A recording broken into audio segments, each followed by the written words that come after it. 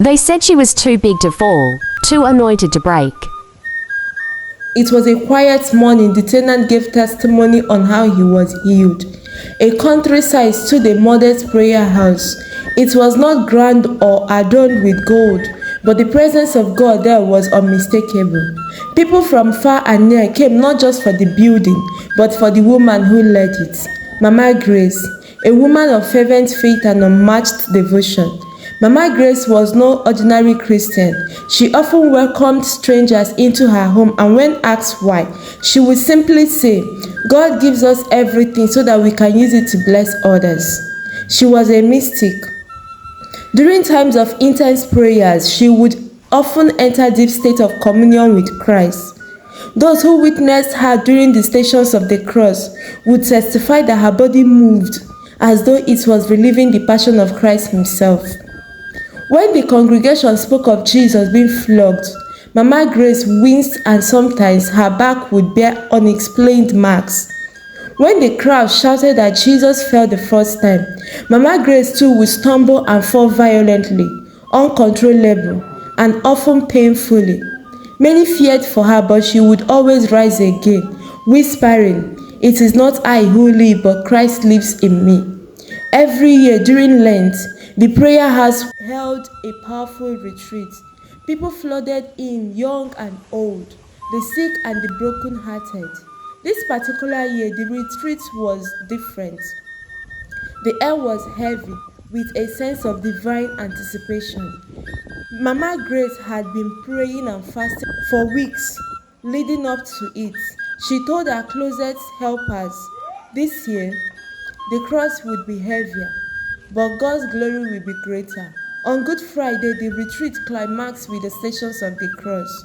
The crowd, holding candles and singing mournfully, followed a wooden cross through the grounds of the prayer house. Mama Grace led them barefooted, holding her own small wooden crucifix. As the leader declared, "Jesus falls the first time," a loud cry pierced the air. Mama Grace collapsed, this time harder than ever before. She didn't move. People rushed to her thinking she had fainted, but her right leg was twisted unnaturally. Her face was soaked with sweat and tears, yet her lips moved in silent prayer. Someone called an ambulance and she was rushed to the nearest hospital. After scans and examinations, the doctors came back with a devastating news. The leg was badly damaged, dislocated and infected. They said it had to be amputated if we don't act fast. The surgeon warned, this could become life-threatening. When Mama Grace heard the news, she smiled a soft, tired smile and said in her calm but firm voice, "If it will cost me my leg to follow my Jesus, then let him take my life instead, for I carry this cross with both feet. I will not continue with one leg." Her words spread through the hospital and the village like wildfire. Some thought it was reckless, others foolish, but those who knew her, who had seen her give her entire life for Christ, understood. Mama Grace refused the amputation. She asked to be taken home. For days she lay on her bed, surrounded by worship songs and scriptural readings. Visitors came, hoping for one last word, one last prayer, and she gave them. Even in pain, she would whisper verses of comfort and encouragement. To one she said, "Never be afraid to suffer for Christ. There is no pain greater than his love."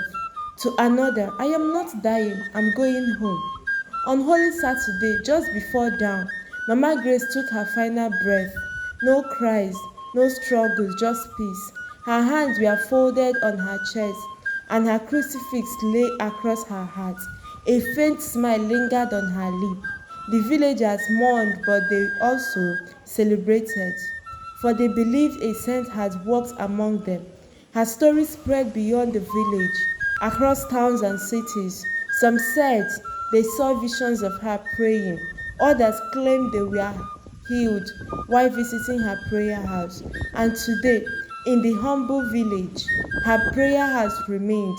People still come not just to pray, but to remember the woman who bore Christ's wound in her body and whose love for him was stronger than pain, stronger than death.